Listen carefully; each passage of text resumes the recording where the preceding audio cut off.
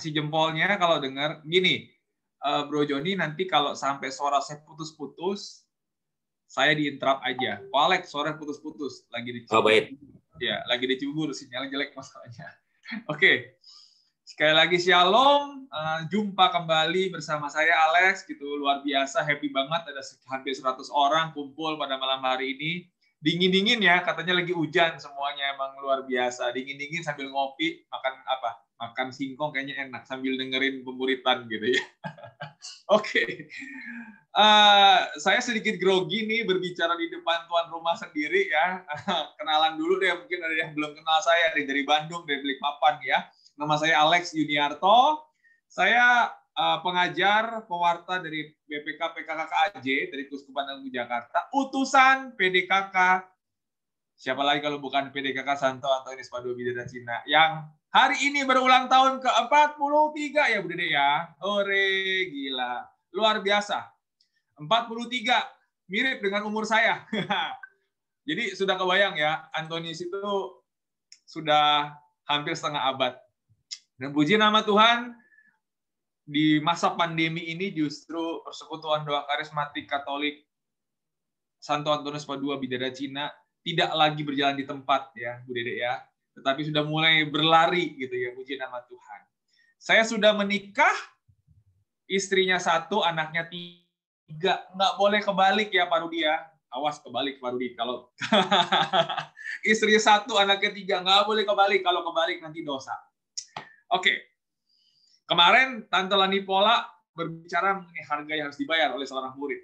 Sekarang saya dapat tema sesi keempat, pemulitan, berbicara mengenai apa itu murid Kristus dan apa itu firman Allah. Sebenarnya materinya memang cukup berat, tapi saya akan coba bawakan dengan sebahasa sehari-hari mungkin gitu ya, supaya Bapak Ibu lebih mudah untuk mencernanya. Yang saya mau bahas sebenarnya poinnya gini. Kalau kamu menjadi murid Kristus, harus apa? Harus percaya sama firman Tuhan. Karena apa? Karena firman Tuhan itu adalah siapa? Yesus sendiri yang turun menjadi manusia. Benar? Allah sendiri yang turun menjadi manusia. Firman telah menjadi manusia. Lengkap ya Bapak Ibu ya. Murid Kristus harus percaya pada firman Allah. Karena firman Allah itu adalah Yesus sendiri.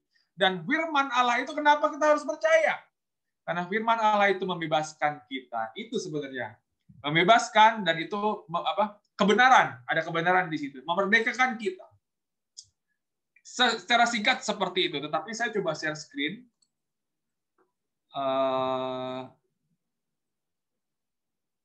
Sebentar ya. Loh?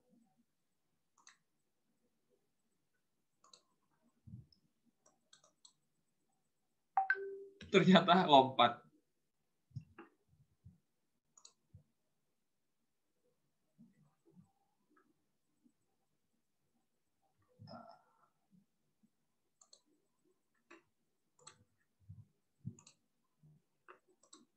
Tutup tadi. Sudah kelihatan ya? Sudah? Ya. Oke. Kita mulai. Murid dan firman Allah. Saya tadi sebelum sesi ini, saya coba buka-buka YouTube. Saya ingat banget, awal ada seorang Romo yang kocak banget, luar biasa, ngomongin soal pengikut Kristus ya. Jadi, oke. Murid dan firman Allah, pemulitan sesi keempat. Jadi, saya coba untuk men-sharingkan kepada Bapak Ibu, saudara-saudara, apa itu pengikut, apa itu murid, gitu ya. Lucu banget, saya sebut aja Romo Eko lah, dia bilang, pada waktu dia mengajar anak-anak SD, itu mayoritas di sekolah Katolik justru yang sekolah di situ justru kebanyakan orang-orang dari Protestan, gitu ya. Dari saudara-saudara kita Protestan. Yang Katolik malah nggak banyak. Nah, singkat cerita, tiba-tiba Romo ini bertanya kepada para murid-murid, apa itu artinya Kristen, kayak gitu kan? Kristen itu artinya adalah, Kristiani adalah orang-orang Kristen adalah orang-orang yang mengikuti Kristus, benar? Benar, katanya begitu. Itu yang ternyata yang jawab itu anak pendeta, kayak semangat banget gitu. Haleluya, pokoknya gitu bilang gitu kan. Pengikut Kristus itu orang yang mengikuti Kristus, katanya gitu. Terus kalau misalkan pengikut Kristus yang di depan dan di belakang, di belakang dong, katanya gitu kan. Supirnya siapa? Supirnya Yesus gitu. Kalau Yesus ke kanan, kita ke kanan. Kalau Yesus ke kiri, kita ke kiri. Tiba-tiba ini pastor jahil, dia angkat salib.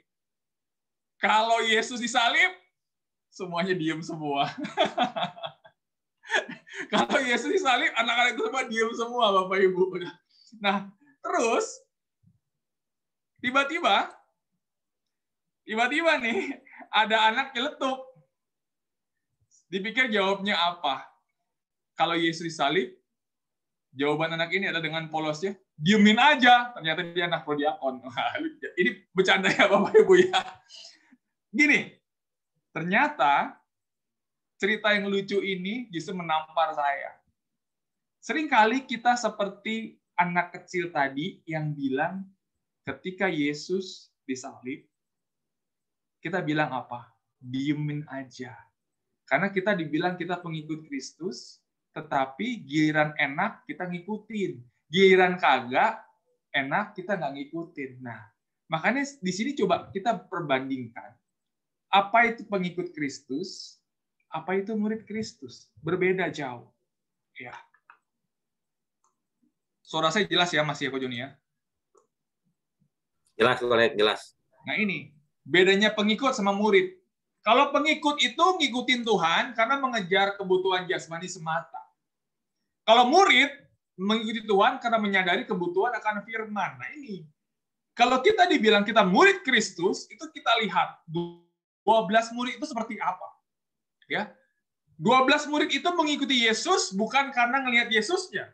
Tetapi ke-12 murid itu, walaupun satu nggak naik kelas ya, mengikuti Tuhan karena dia menyadari bahwa aku butuh pengajaran akan firman Tuhan. Nangkep ya? Terus, kalau pengikut itu masih levelnya terpesona dengan mukjizat-mukjizatnya aja. Tetapi kalau kita dibilang kita murid Kristus, kita terpesona dengan sang pembuat mukjizat itu, yaitu siapa? Yesus. Kalau pengikut, mengikuti Tuhan sepanjang hal itu menyenangkan dirinya.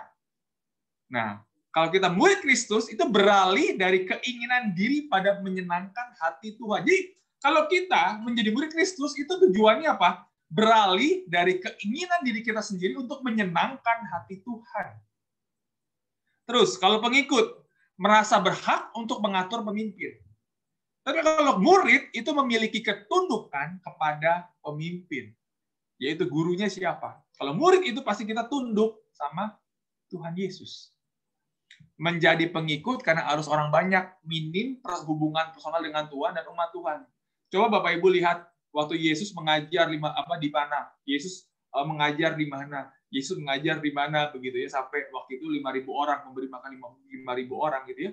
Itu kebanyakan mereka mengikut itu karena orang-orang pada datang. Ya, orang-orang pada ngikut. Oh, itu ada Tuhan Yesus. Yuk. Nah, itu ya. Minim hubungan personal dengan Tuhan.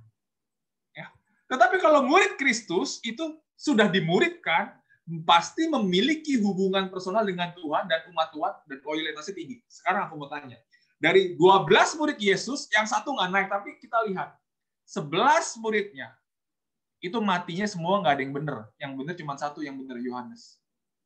Karena mereka benar-benar militan. Mereka Petrus ya, satu contoh Petrus. Andreas itu disalib X, Petrus itu disalib kebalik. Ya, Matius itu diseret sampai mati. Ya. Karena apa? Karena dia sudah mempunyai hubungan yang luar biasa secara personal dengan Tuhan. Dan yang pasti loyalitasnya pun akan tinggi. Ini level Bapak Ibu ya, level pengikut Kristus dan murid Kristus. Kita mau yang mana?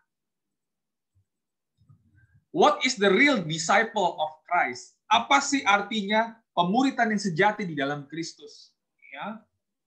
Murid Yesus, saya coba M-nya. Saya kalau bercerita pakai contoh-contoh begini enak ngajarnya gitu ya. Pemuridan memang sedikit lebih susah daripada BCM, apalagi SADR. Jadi saya juga mesti pelan-pelan untuk menjelaskan kepada teman-teman Bapak Ibu ya. Murid Yesus itu yang pasti M-nya apa? Menerima ajaran-ajaran dan pandangan-pandangan dari siapa? Sang guru. Itu murid. Berarti gurunya siapa? Gurunya Yesus. Berarti kalau kita menjadi murid Kristus, murid Yesus, kita harus menerima ajaran dan pandangan-pandangan dari sang guru. Selanjutnya. U-nya apa? U-nya adalah usaha memahami dan menghayati ajaran tersebut. Jadi menerima dulu, terus kita usaha untuk memahami. Jadi mohon maaf, kalau kita baca firman doang, kita nggak berusaha memahami, sama aja masuk kuping kiri, keluar kuping kanan, Bapak Ibu.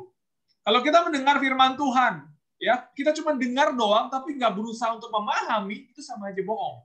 Ya, usaha memahami dan menghayati ajaran tersebut. Poin yang ketiga, R-nya apa? Rela laksanakan dengan komitmen. Ya, lanjut. Intim membina relasi dengan sang guru dan sesama. Kalau kita hubungan dengan relasi dan dengan Tuhan itu intim, pasti itu kita benar-benar menjadi murid Kristus, ya. Syarat menjadi murid Kristus harus ada keintiman, ya, antara Tuhan dan antara sesama, horizontal dan vertikal. Selanjutnya apa Ko Joni? Nggak mungkin kan kita dipilih oleh orang lain, ya. Kita dipilih dan dipanggil oleh Yesus sendiri. Ayo Joni, kamu berikutnya akan menjadi ketua PD Santo Antonius Padua Bidara Cina. Semangat gitu ya. Tiba-tiba Tuhan ngomong gitu. Selanjutnya Ko Joni akan menjadi pengajar misalkan. Pak Rudi juga Tuhan memanggil Pak Rudi untuk menjadi pengajar SHDR. Yang memilih bukan Bu Dede, yang milih bukan koordinator, tapi yang memilih itu adalah Yesus sendiri. Ini murid Yesus. Ini kan lihat gambarnya ketika Yesus memilih siapa. Yesus memilih murid-muridnya pertama kali, murid-murid yang pertama. Bapak Ibu tahu ketika Yesus memilih murid-muridnya, ada di firman Tuhan katakan, dia berdoa semalam-malaman. Ya. Ketika Tuhan memilih muridnya, ketika Tuhan memilih Ko Joni, ketika Tuhan memilih Bu Dede, ketika Tuhan memilih siapa? Pak Rudi. Itu tuh Yesus itu berdoa semalam-malaman, Bapak Ibu. Ya. Dipilih dan dipanggil. Dari apa? Nih. Ya. Mungkin ada yang bilang, saya nggak layak, saya dulu bekas pemakai, saya dulu suka main perempuan, saya dulu banyak dosanya dan sebagainya. Tapi Tuhan panggil Bapak Ibu. Tuhan pilih Bapak Ibu. Ya.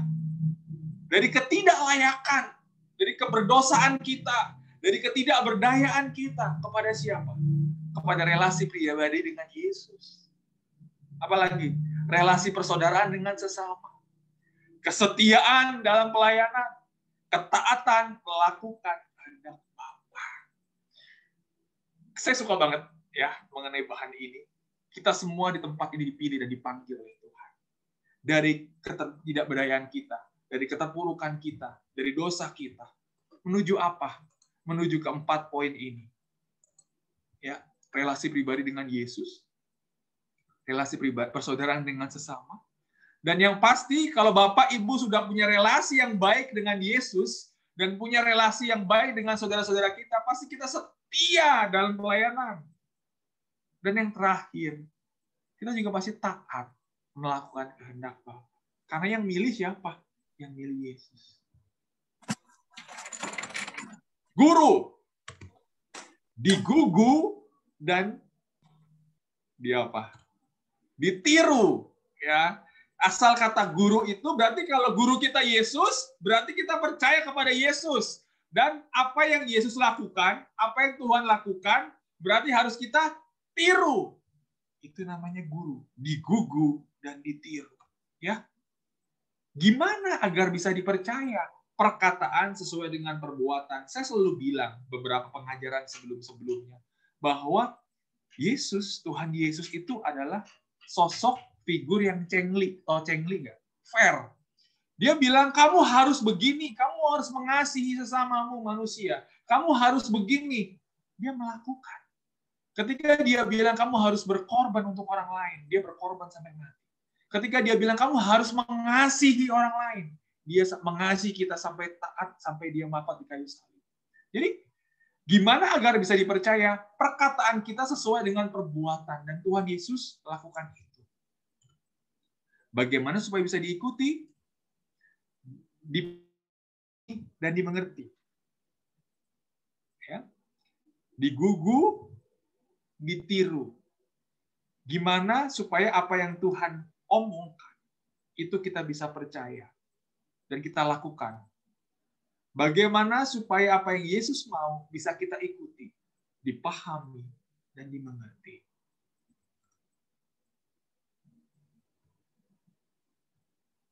Syarat utama menjadi seorang murid adalah percaya. Saya bacakan keras-keras Bapak Ibu. Seorang tidak bisa menjadi seorang murid jika tidak percaya kepada gurunya. Pemuritan atau discipleship tidak akan pernah terjadi tanpa adanya percaya. Kalau Bapak Ibu tidak percaya kepada Tuhan Yesus, kita nggak bisa dibilang bahwa kita itu murid Yesus. Kalau Bapak Ibu tidak bisa percaya sama Bu Dede, berarti Bapak Ibu tidak bisa dibilang bahwa Bapak Ibu muridnya Bu Dede. Kalau Bapak Ibu tidak bisa percaya sama Ko Joni, berarti Bapak Ibu nggak bisa dibilang bahwa Bapak Ibu jadi muridnya Ko Joni. Logikanya begitu. Jadi syarat utama seorang murid adalah percaya. Jadi omong kosong, aku murid Yesus, tapi kalau aku nggak percaya. Garis bawah itu. Guru tadi ya, digugu dan ditiru tadi. Nah sekarang Bapak Ibu, apa yang membuat kamu percaya? Yang membuat kita percaya gara-gara kita punya iman Bapak Ibu. Ya, logika banget. Kalau Bapak Ibu tidak kalau nggak punya iman, pasti Bapak Ibu nggak akan percaya kepada Yesus. Kalau Bapak Ibu tidak beriman kepada Yesus, nggak mungkin Bapak Ibu percaya kepada Tuhan Yesus. Yang saya pindahkan sebentar.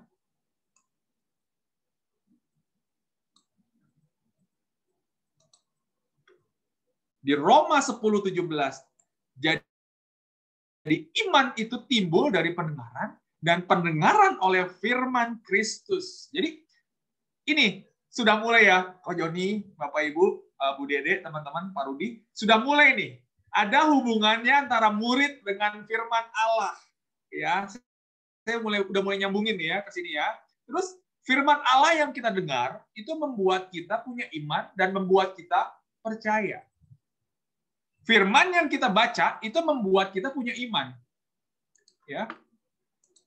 Dan membuat kita percaya.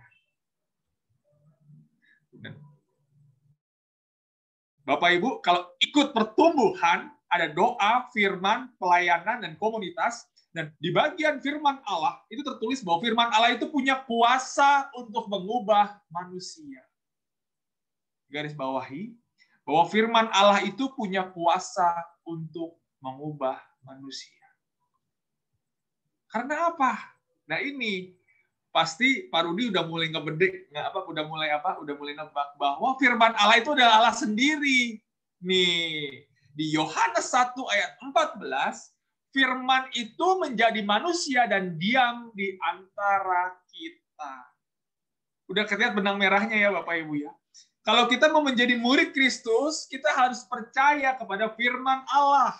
Karena apa? Firman Allah itu telah menjadi manusia, dan siapa rupanya? Rupanya adalah Tuhan Yesus. Allah turun menjadi manusia dalam wujud Tuhan Yesus. Dan firman itu telah menjadi manusia. Dan firman Allah itu adalah Allah sendiri. Kenapa kita harus percaya? Karena inilah kita harus percaya. Kita harus percaya karena firman Allah itu adalah Allah sendiri. Di ayat ini jelas, Yohanes 1:14. Firman itu telah menjadi manusia dan diam di antara kita. Menjadi murid Kristus, Bapak Ibu. Ya. Saya suka pakai gambar-gambar biar nggak bosan. Nah ini. Sorry. Kamu adalah muridku, nanti saya nggak usah, mungkin waktunya nggak cukup, saya nggak satu-satu dibahas. Nanti Bapak Ibu saya kasih filenya, PPT ini, PowerPoint ini, biar Bapak Ibu bisa buka firman-nya. Tetapi di sini jelas tertulis kalau kamu adalah muridku jika apa? Tetap dalam firman-Ku. Ya. Berbuah banyak, saling mengasihi, dan menuruti perintahku. Jadi kalau menjadi murid Kristus, ada 4 poin yang kita harus lakukan. Taat, tetap dalam firman-Ku di Yohanes 8 ayat 31. ya ini buahnya juga harus apa ya? Kita harus menopang pada pokok anggur supaya buahnya itu banyak, ya. Bukan buah yang busuk, Bapak Ibu, tapi buah yang lebat dan buah yang banyak. Terus hendaknya kita saling mengasihi, ya. Terus menuruti perintahku. Di ayat-ayat ini Bapak Ibu bisa baca.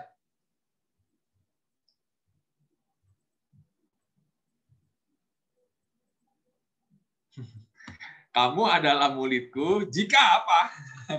Ini gak gampang. Makanya Yesus muridnya cuma 11. 12 gitu ya kan. Karena apa? Memikul salibmu, menyangkal dirimu, dan mengikuti aku di Lukas 16:24. Melepaskan diri dari segala keterikatan milik. Kan di firman Tuhan ada tuh yang seorang ada anak muda mengikuti Yesus, dibilang tinggalkan semuanya, tinggalkan kamu mengikuti aku. Tapi apa ya, dia masih berat sama hartanya. Ya, terus memprioritaskan aku. Kamu adalah muridku jika kamu memikul salibmu, menyangkal dirimu dan mengikuti aku. Melepaskan diri dari segala keterikatan milik, memprioritaskan aku. Baru dibilang bahwa apa? Kamu adalah murid. Saudara-saudaraku yang dikasihi oleh Tuhan, saya sedikit cerita. Menjadi murid Kristus gak gampang. Saat ini, menjadi anak-anak Tuhan gak gampang. Ya Bapak tahu ya, Bapak Ibu tahu, kita di sini minoritas. Ya, tetapi firman Tuhan katakan apa? Memikul salibmu dan menyangkal dirimu. Ya, jadi salib kita panggul. Ya, salib itu bukan begini ya. Salib itu tuh bukan, saya kasih contoh. Aduh, misalkan saya pacaran, ada anak muda pacaran gitu ya. Aduh, gue stres sih salib gue nih. Salib gue berat banget nih, kenapa? Iya, gue pacaran, cewek gue hamil di luar nikah gara-gara gue. Itu salib bukan? Bedakan ya Bapak Ibu ya. Salib itu kita pikul gara-gara kita membela Kristus. Contoh, pastor-pastor yang mati ditembak. Ya, ada kejadian ya pastor ditembak di daerah-daerah yang teroris lah seperti itu ya. ISIS kalau nggak salah ya, Bro Joni ya. Nah itu minggu salib. Tapi kalau misalkan kita dibilang, aduh, gue ketahuan selingkuh sama bini gue, salib gue berat banget, itu bukan salib, Bapak Ibu. Nah, sering kali kita begitu gitu ya. Terus kita juga harus melepaskan diri dari segala keterikatan milik nih. Keterikatan milik kita apa sih? Contoh, ada banyak orang yang apa-apa duit, apa-apa cien. Tahu cien ya? Semua harus pakai duit, dan pakai duit. COVID ini Bapak Ibu ya, saya cuma mau bilang, COVID-19 ini orang punya duit pun belum tentu bisa sembuh. Ya. Jadi, jangan kita keterikatan kepada harta kita. Selanjutnya, memprioritaskan aku. Ya, Yesus kita prioritaskan karena dia Tuhan dan Juru Selamat kita. Gak usah jauh-jauh nih. Ini waktu belum offline gitu ya. Waktu masih offline. Ketika misalkan ada bentrok antara misa dengan pesta. Ayo, bentrok antara misa dan pesta.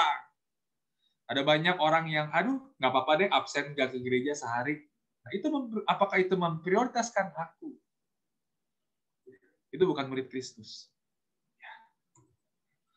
Tadi ayatnya ini ya, saya akan coba bacakan. Firman yang kalau Bapak Ibu tahu di Yohanes 8 ayat 31 dan 32, saya coba bahas ya. Maka katanya kepada orang-orang Yahudi dan percaya kepada, jikalau kamu tetap dalam firman-Ku, kamu benar-benar mirip-Ku. Jadi udah kelihatan ya Bapak Ibu ya, hubungan antara murid dan firman Tuhan di Yohanes 8 ayat 31 dan 32. Saya bacakan, kalau ya, maka katanya kepada orang-orang Yahudi yang percaya kepada, jikalau kamu tetap dalam firman-Ku, kamu benar-benar adalah muridku. Jadi harus tetap di dalam firman-Ku. Baru Tuhan bilang, lu murid gua. Dan setelah kita tahu akan firman, setelah kita di dalam firman Tuhan, kita percaya kepada firman Tuhan, maka kamu akan mengetahui kebenaran. Dan kebenaran itu akan memerdekakan kamu. Ini perinciannya. Ya. Kamu benar-benar muridku kalau jika tetap di dalam firman-Ku. Dan kalau kamu tetap dalam firman-Ku, akan mengetahui kebenaran. Dan kebenaran itu akan memerdekakan kamu. Memerdekakan dalam hal apa? Nah ini. Dari ini, saya coba bahas-bahas satu-satu nih. Tuh. Ya. Nangkap ya? Tetap dalam firman-Ku saya akan bahas. Tetap dalam firman itu artinya apa? Ya. Tetap dalam firman pasti ada 3 poin yang harus kita bahas. 3 poin yang saya tekankan di sini. Kalau kita tetap dalam firman, berarti kita harus mempelajari firman Tuhan itu. Setelah kita mempelajari, kita renungkan dan hayati firman Tuhan itu. Dan yang terakhir adalah apa? Kita taati firman Tuhan. Karena semua kita ini nggak mau omdo. Kita semua ini pelaku firman. Ya, iman tanpa perbuatan adalah mati. Ya, jadi poin pertama, pelajari firman Tuhan dulu. Firman Tuhan itu adalah makanan rohani, Bapak Ibu. Ya, mempelajari firman Tuhan sama dengan makan makanan untuk tubuh rohani kita. Terus, renungkan dan hayati firman Tuhan. Firman itu bukan hanya untuk diketahui, tapi untuk direnungkan dan dihayati sehingga mengubah hati dan pikiran kita. Coba Bapak Ibu iseng baca Mazmur 1-1-3. Kurenungkan firman-Mu siang dan malam. Bapak Ibu coba baca itu. Ya. Terus taati firman Tuhan. Firman Tuhan tidak hanya pengetahuan, firman Tuhan harus dilakukan. Supaya apa? Kuasanya nyata, Bapak Ibu. Firman Tuhan itu harus dilakukan supaya kuasanya nyata. Silahkan baca di Matius 7 ayat 24-27. Taat jauh lebih penting daripada mengerti. Saya coba baca firman-Nya. Sebentar. Di Matius 7.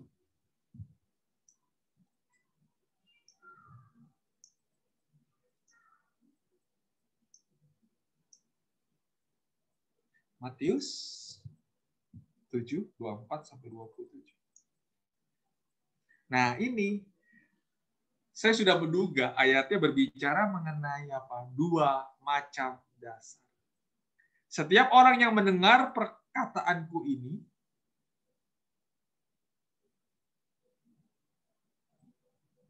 dan melakukannya, ia sama dengan orang yang bijaksana yang mendirikan rumahnya di atas batu. Ya, jadi setiap orang yang mendengar perkataanku dan melakukannya, ia sama dengan orang yang bijaksana yang mendirikan rumahnya di atas batu. Taat sama firman Tuhan. Udah ya? Tadi tetap dalam firman-Ku, terus satu berikutnya apa? Akan kebenaran, ya. Jikalau kamu tetap dalam firman-Ku, kamu benar-benar adalah anakku dan kamu akan mengetahui. Jadi kalau kita tahu firman Tuhan, pasti kita tahu kebenarannya. Contoh, jangan kamu berbuat zina. Tahu dong kebenarannya apa? Kamu nggak boleh berbuat zina. Kasihilah sesamamu manusia. Tahu dong kebenarannya bahwa kamu harus mengasihi sesamamu manusia. Ya. Ketika berbicara mengenai dagingan, kebenarannya apa? Oke. Nah, ini tahu akan kebenaran itu ada 2 macam. Oida dan ginosko. Saya coba akan bacakan, ya. Yang stabil. Masih jelas ya, Ko ya? Ko Joni? Ko, suaranya masih jelas nggak? Jelas. Suara saya masih jelas kedengaran? Jelas. Oida itu tahu sebagai pengetahuan, cuman tahu aja gitu. Contoh, ketika saya reunian gitu ya, ketika reunian ngobrol, tuh dia tuh dulu teman lama kita, oh ya gue tahu. Nah, tapi kalau misalkan dulu waktu zaman kita SMP atau SMA kita bersahabat dengan dia, kita dia tahu karena dulu gue pernah sahabatan sama dia. Nah itu, ya.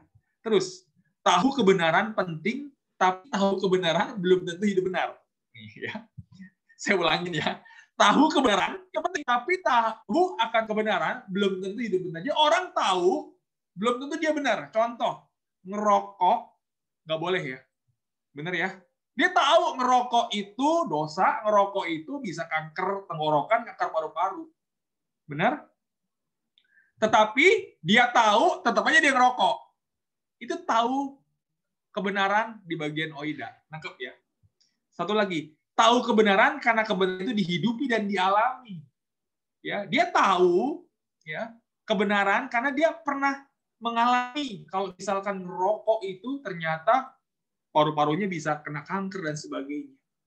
Tahu kebenaran karena kebenaran itu dihidupi dan dialami. Kebenaran yang seperti itu, kebenaran yang bersama dengan Tuhan Yesus itu ginosko. Kebenaran karena hidup bersama dengan Tuhan, hidup bersama dengan bimbingan Tuhan, itu ginosko. Terus, oida, pengetahuan seperti ini mudah lupa. Nah, pengalaman tidak mudah dilupakan, apalagi jika pengalaman itu dievaluasi. Ada orang bilang seperti ini nih. Ada yang bilang bahwa pengalaman adalah guru yang terbaik. Benar apa salah? Salah. Pengalaman bukan guru yang terbaik, tapi pengalaman yang dievaluasi adalah guru yang terbaik. Contoh, ada orang kena narkoba, ada orang ketergantungan obat, ada orang bekas sakau, dan sebagainya. Itu pengalaman. Tetapi dia tidak mengevaluasi kalau itu nggak boleh. Dia kembali lagi ke dosa yang sama. Jadi, pengalaman itu bukan guru yang terbaik. Tapi pengalaman yang dievaluasi adalah guru yang terbaik. Ketika kita mengevaluasi diri kita, ternyata kalau aku pakai obat, kalau aku pakai ganja, pakai putau, itu ternyata berimpact apa? Tubuh kita hancur dan sebagainya, rusak, sakit, penyakit dan sebagainya, maka kita nggak akan kembali lagi. Tetapi kalau pengalaman doang, dulu gue pernah punya pengalaman pakai dan sebagainya, kita bisa jatuh lagi. Dulu gue punya pengalaman perokok berat, tapi nggak dievaluasi. Kalau perokok berat itu pasti akan berimpact jelek. Pengalaman yang dievaluasi adalah guru yang terbaik. Bagaimana kita tahu apa itu kebenaran? Ya, di Yakobus 1 ayat 21 sampai 22. Ini step-stepnya. Buanglah yang kotor dan yang jahat. Terimalah firman dan jadilah pelaku firman. Enak ya? Enak ya urutnya. Bahan pemuritan ini yang paling saya suka gitu ya. Karena apa? Kita tahu kebenaran kalau kita buang dulu yang jahat. Ya, buang dulu yang kotor. Di dalam firman Tuhan di ayat 1:21a Yakobusnya bilang begini, sebab itu buanglah segala sesuatu kejahatan yang begitu banyak itu. Setelah buang yang kotor-kotor itu, kita terima firman Tuhan itu. Dan terimalah dengan lemah lembut firman yang tertanam dalam hatimu, yang berkuasa menyelamatkan jiwamu. Dan selanjutnya, bukan buang yang kotor doang, bukan menerima doang, kita harus menjadi pelaku firman. Ya, tetapi hendaklah kamu menjadi pelaku firman dan bukan hanya pendengar saja. Sebab jika tidak demikian, kamu menipu diri sendiri. Yakobus 1 ayat 22. Nih. Ya, tadi poin-poinnya sekarang saya bacakan. Ya, tanggalkan dosa. Selama kita tinggalkan dosa adalah kebutuhan awal yang harus dilakukan jika kita mau hidup benar. Nih, sorry. Tadi, buang yang kotor yang buang ya dosanya. Tanggalkan dosanya. Nangkep ya. Terus menerima firman Tuhan. Modal utama menerima firman Tuhan adalah kerendahan hati. Mereka yang sombong, mereka yang tahu banyak hal dan enggan belajar, maka dia tidak akan hidup akan dalam kebenaran sejati. Dia akan mudah dipengaruhi kebenaran palsu yang ditawarkan dunia. Modal kita menerima tuh jangan jadi orang yang sombong. Kita harus rendah hati. Kita harus sadar bahwa kita haus akan firman. Kita butuh firman Tuhan itu. Terus setelah kita tahu, kita menerima, kita lakukan. Mereka yang melakukan akan mengalami kuasa firman Tuhan yang membuat kita hidup di dalam kebenaran. Tanggalkan dosa, terima firman Tuhan, dan lakukanlah firman Tuhan. Dan selanjutnya, ayat berikutnya, bahwa kebenaran itu akan memerdekakan kamu, akan membebaskan kamu. Dari apa? dari dosa, ketidakmurnian, kegelapan, keputusasaan, kebencian, keraguan, kematian. Ini Bapak Ibu, coba. Saya mau tanya nih Bapak Ibu, kalau Bapak Ibu mendengar kata-kata, datanglah hai kamu yang letih lesu dan beban berat, aku akan datang memberi kelegaan kepadamu. Kira-kira di bagian keputusasaan itu akan terbebas nggak? Gitu ya. Nangkap ya Bapak Ibu ya. Ya, ketika kita mendengarkan firman Tuhan, kebenaran itu akan memerdekakan kita. Saya sedikit cerita mengenai apa ya? Sebelum saya tutup dengan kesimpulan gitu ya Bapak Ibu ya. Saya mau sedikit cerita bahwa ketika kita mendengarkan firman Tuhan itu ya dan amin. Ya, firman Tuhan nggak pernah salah. Saya mau sedikit cerita di poin keputusasaan, hilang harapan ya.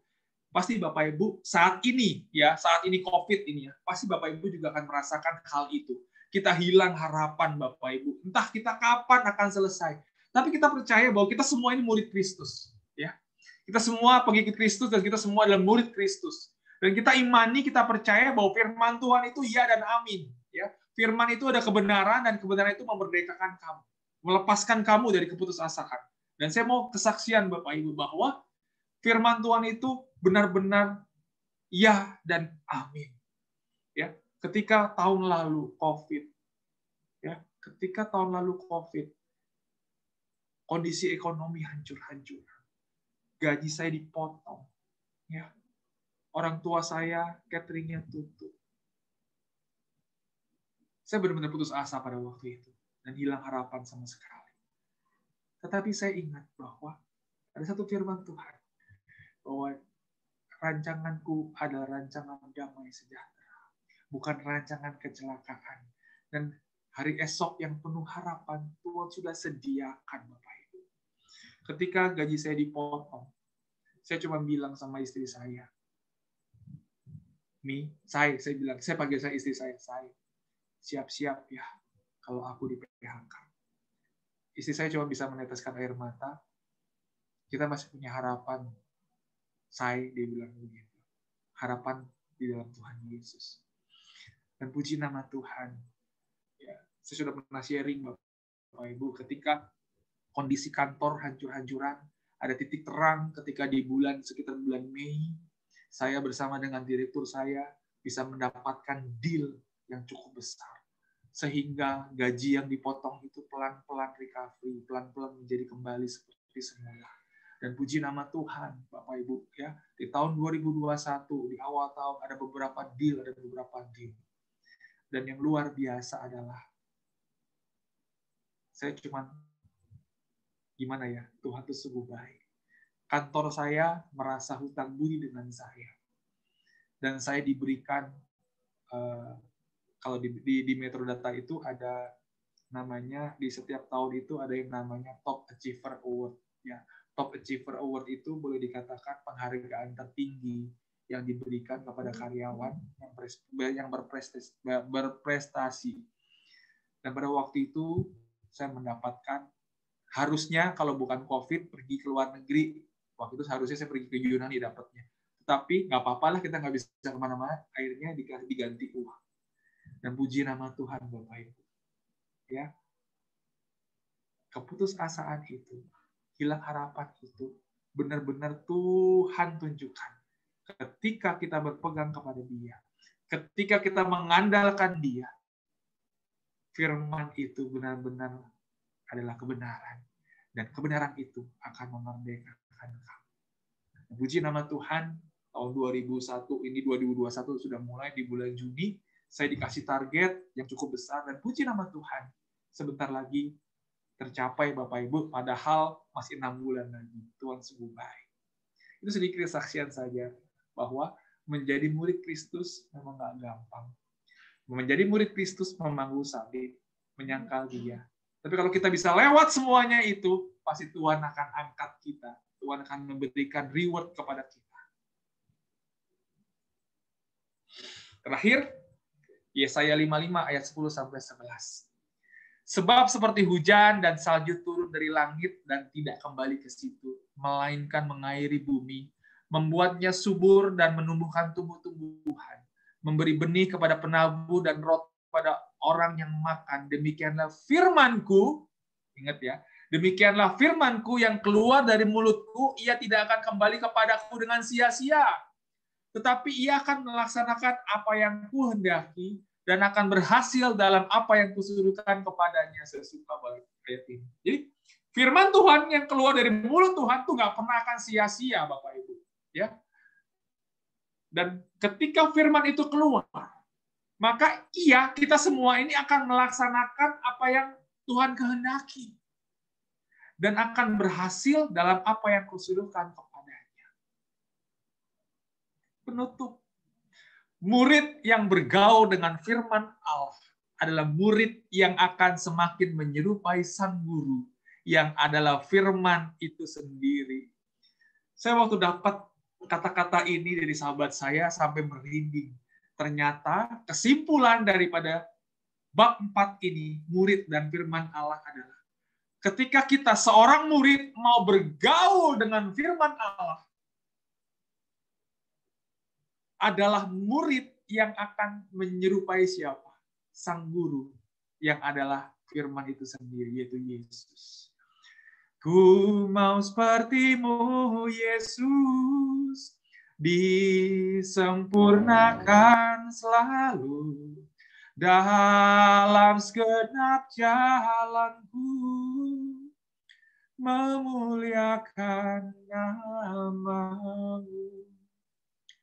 Murid yang bergaul dengan firman Allah adalah murid yang akan semakin menyerupai sang guru yang adalah firman itu sendiri. Jelas ya Bapak Ibu bahwa murid dan firman Allah korelasinya adalah seorang murid harus percaya kepada firman Tuhan, karena firman Tuhan itu adalah Yesus sendiri, Allah. Firman Tuhan firman itu adalah Allah sendiri yang turun ke dunia. Dan setelah kita bergaul dengan Tuhan Yesus, kita akan menyerupai Dia yang adalah firman itu sendiri. Terima kasih, Tuhan memberkati kita semua. Amin.